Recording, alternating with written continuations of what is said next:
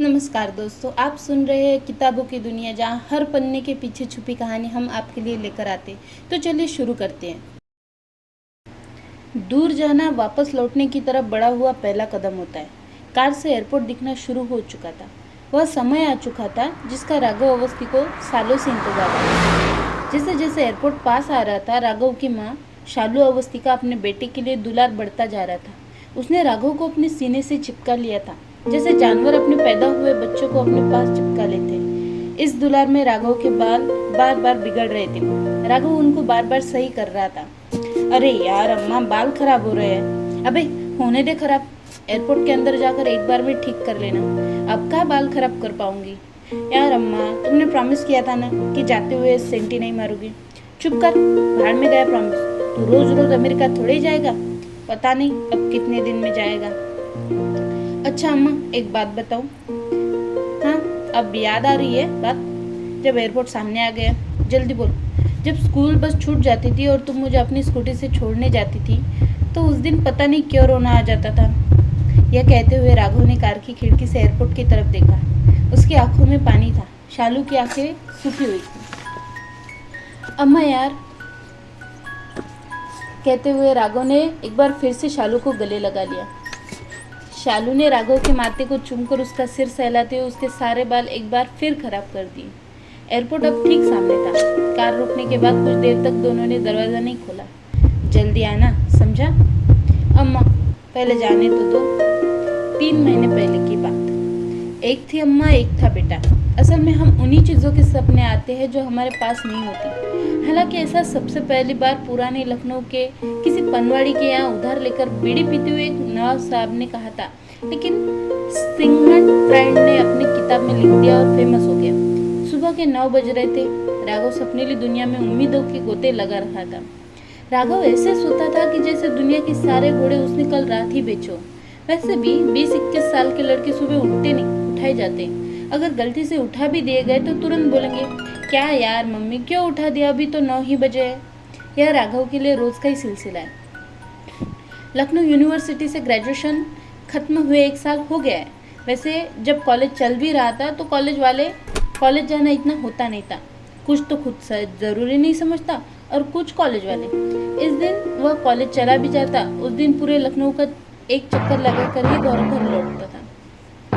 चक्कर अकेले नहीं लगाता था, 2 लोग और होते थे। पहली तो उसकी बाइक, जिसको वह हेलीकॉप्टर से कम नहीं समझता था।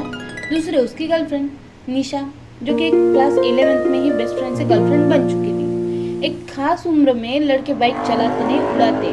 प्यार का इजहार राघव ने अपनी बाइक पर बैठकर हजरतगंज में शुक्ला जी की वर्ल्ड फेमस चाट खाते हुए किया था। तुमसे बहुत प्यार हो गया अभी निशा। टिक्की कौन सी लोगी, आलू वाली या मटर वाली? तुम्हारी हाँ है कि ना है? निशा ने प्यार के लिए हाँ करने में कुल 3 मिनट लगाए थे। शुक्ला चाट वाले से 1 चम्मच मीठी चटनी एक्स्ट्रा लेकर पहले खुद थोड़ी सी खा ली और उसी चम्मच से राघव को थोड़ी सी चटनी चटा दी थी। फिर एहसान करते हुए बोली, चल आज से मैं तेरी गर्लफ्रेंड हो गई।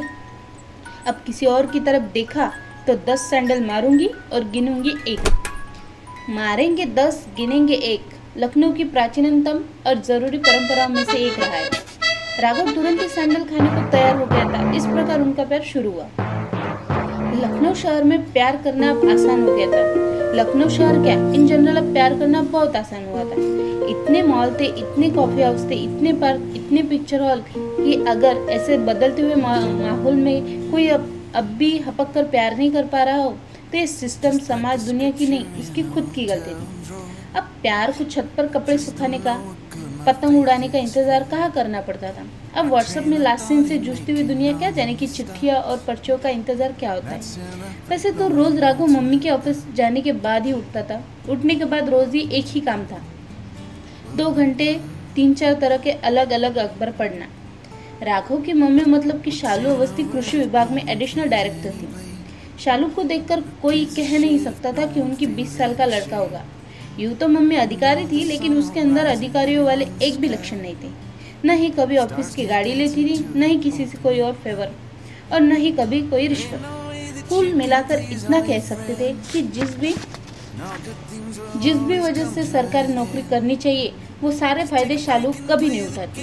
अगर वह चाहती और जैसे उनकी पोजीशन थी तो बहुत कम कमा लेती थी। पेपर मिल कॉलोनी में बस एक 4 कमरे का घर था। घर भी उन्होंने नहीं खरीदा। राघव के पापा ने अपने जीते जी घर बनवा लिया था। घर में बस 2 लोग रहते थे, राघव और शालू। राघव के पिताजी राघव के 4 साल का होते होते चल बसे थे। पापा बड़े अधिकारी थे। उन्होंने ही शालू को शादी के बाद सरकारी नौकरी की तैयारी करवा दी थी। वरना शालू और सरकारी नौकरी एक पन्ने पर साथ कभी लिखी नहीं जा सकती। अवस्थी परिवार शहर के एकदम मिडिल में पड़ता था और मोहल्ले के ज्यादातर लोग लोअर मिडिल क्लास में ही मिडिल क्लास के बीच के थे। वैसे भी शहर बड़ा हो या छोटा, अमीर लोग शहर के एक कोने में रहते। राघव को फिलहाल लाइफ से बस एक ही चीज चाहिए कि अमेरिका से डाटा साइंस में पोस्ट ग्रेजुएशन हो जाए। लॉन्ग रन में राघव डाटा साइंटिस्ट बनना चाहता था। उसको किसी ने नहीं बताया कि इसमें बहुत स्कोप है। उसको डाटा से खेलना अच्छा लगता था। इसी चक्कर में वह ऑनलाइन ही दुनिया भर के सर्टिफिकेशन कर चुका था। चुनाव हो या अखबार में आने वाले कोई भी डाटा, राघव को उसको पढ़कर समझने में अलग लेवल की मास्टरी है। ऐसे में कायदे से उसको MBA का इम्तिहान देकर कहीं मैनेजर बनने का सोचना चाहिए। लेकिन डाटा फील्ड में ही काम करने का उसका मन है, चूंकि मैनेजर बनने का सोचना चाहिए। चूंकि उत्तर प्रदेश में पैदा हुए पढ़े बड़े लोगों को कई बार यह भ्रम होता है कि उनकी राजनीति की समझ अच्छी है, मगर राघव को अपने बारे में ऐसा नहीं लगता था। पर उसको यह समझ थी कि किसी ने डाटा ट्रेल को पढ़कर आदमी की आत्मा को समझा जा सकता है। –